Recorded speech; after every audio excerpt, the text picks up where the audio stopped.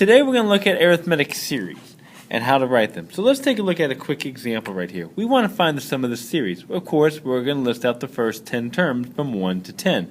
And listing them out, let I equal 1. Let it equal 1, we get 0. And then do the next one, 2, 3, 4, 5, 6, 7, 8, 9, 10, right? List them all out. For I equals 2, we get 1. For 3, we get 2. For 4, we get 3. We kind of see the pattern, 5, 6, 7, 8, 9.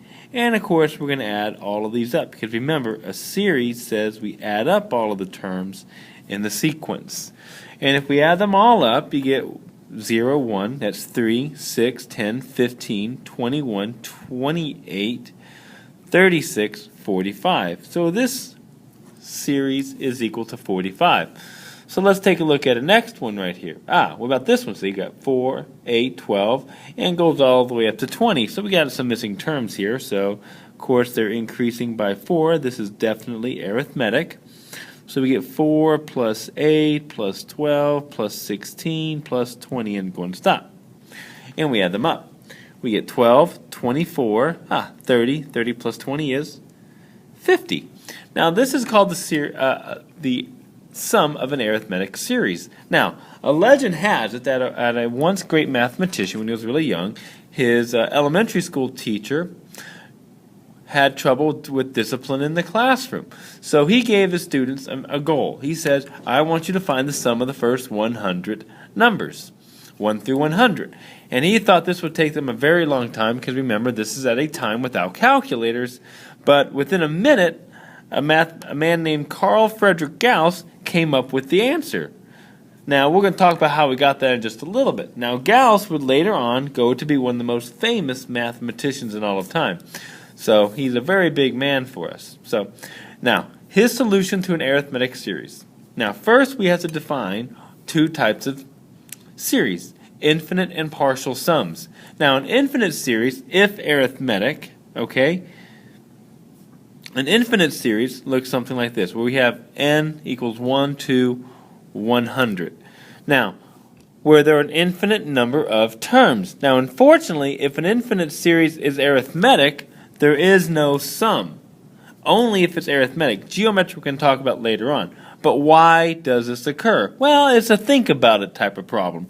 Imagine if we were to do this. N equals 1 to infinity of n. We would get 1 plus 2 plus 3 plus 4 plus 5 plus 6.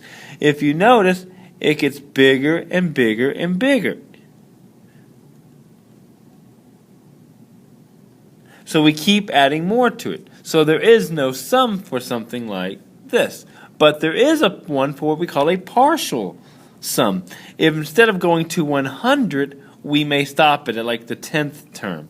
Okay, and we're going to talk about, and this is what we're going to look at today, where there is a finite. Now, infinite means never ends, kind of like a lecture in English class. Finite means it will end, or it will what we call terminate. Okay, like the Terminator. If a series is a partial sum, so we don't go to infinity, we can find the sum of the series by using the following formula. And this is Gauss's rule right here. This is what Gauss came up with right here, this formula right here. So how did he come up with this formula? Well, back in elementary school, remember his problem, where all this became, and we'll talk about these parts in just a second. Here's what Gauss said to do. All right, first, Gauss listed the numbers 1 through 100. 1 plus 2 plus 3 plus 4 plus ... plus, let's say, 98 plus 99 plus 100. This is what Gauss did. Then he said, you know what? I'm going to list them below. But backwards. 100 plus 99 plus 90, what's that one? 8 plus 97 plus ... And over here, we get plus 3 plus 2 plus 1. And then he did something really kind of cool. He added all of them together. 101 plus 101 plus 101. Do you notice something? Very good. They all became 101. He had 100 101s. So what did he do? He just multiplied the 101 by 101. And then he noticed, remember, there's two series here. He only wanted one of them. Now, since both series add up the same number of numbers, will have the same sum, he just divided this by 2. Whoops, not by 5, but by 2. And this became 50 times 101, which is 5,050.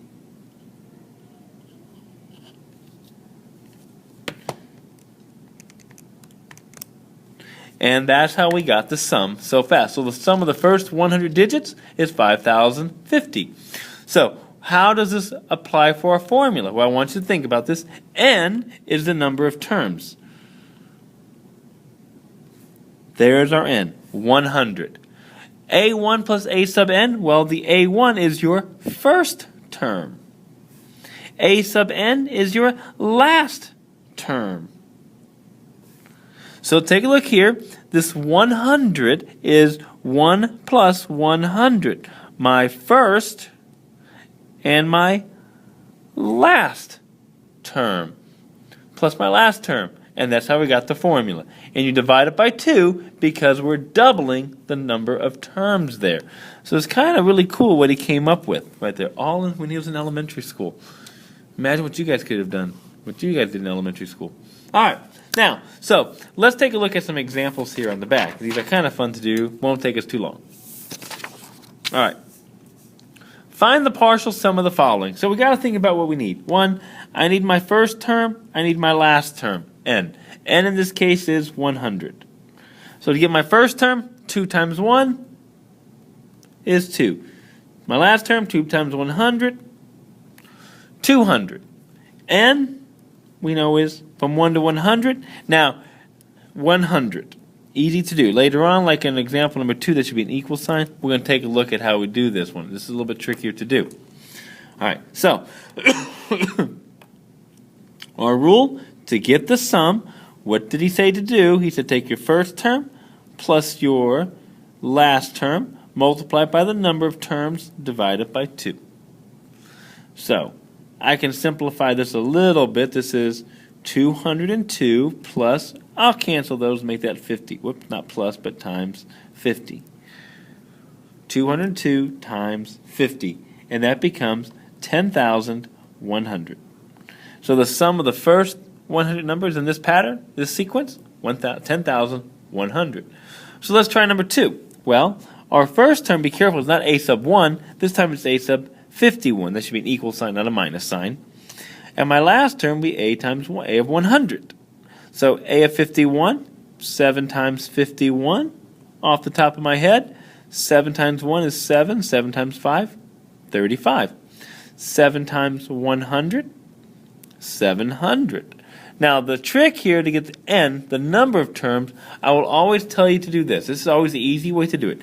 If you don't start at 1, this is what you're going to do. Take 100 minus the 51. That gives you 50. But be careful, that doesn't include counting 51. So we add 1 to it always, so we get 51. Sorry, that was 49. There we go. 100 minus 51 was 49, but we're going to add 1 because we got to include the 51. So we add 1, and that gives us 50 terms for n. Sorry about that, my subtraction was off. We'll talk more about this in class tomorrow if we have time, or the next one. So let's take the sum. It says take your first one, which was 357, plus 700, times the number of terms, 50 over 2. And I can do that a little bit of math. That becomes 25. And 357 times 700 is 1,057 times 25. And if you type this in your calculator, you get 26,425. So the sum in this sequence from 51 to 100 of all those digits, 100 numbers, becomes 26,425. So how do we do a problem like number 3, where we're subtracting 2 of them? Well, we got to do it twice. So let's try this one. For the first one, let's talk about, we're going from 25 to 30, okay? Our first term, 25, is just 25. Our last term, which is 30, becomes, well, plug into 30. We get 30. N, remember how we get N? Take 30 minus 25 plus 1. Always add the 1 because you have to include that endpoint there. And you get 6. Do it for the last one, from 1 to 24. And you can see it working here. The first term is 1. The second term, 24. And, whoops, there should be a 24. Because if you think about it, we know there's 24 terms here. Well, what's 24 minus 1? 23. Add the 1. We know we get to 24 in this case. Starting with 1 is pretty obvious. So we're going to add them together to get the total sum. First one, 25 plus 30. First plus the last times the number of terms divided by 2. Plus the second one, whoops, sorry, it should be minus. Our rule says to subtract. 1 plus 24 times the number of terms, 24 over 2. And that becomes 3. We get, what's that? 55 times 3 minus, you can subtract here, 24. That becomes 12. 25 times 12. And if you type that in your calculator, you get negative 135. And there's our answer. Very easy to do. So may want to try this one again, okay? And then go on to part 2, and we'll finish up on these, okay?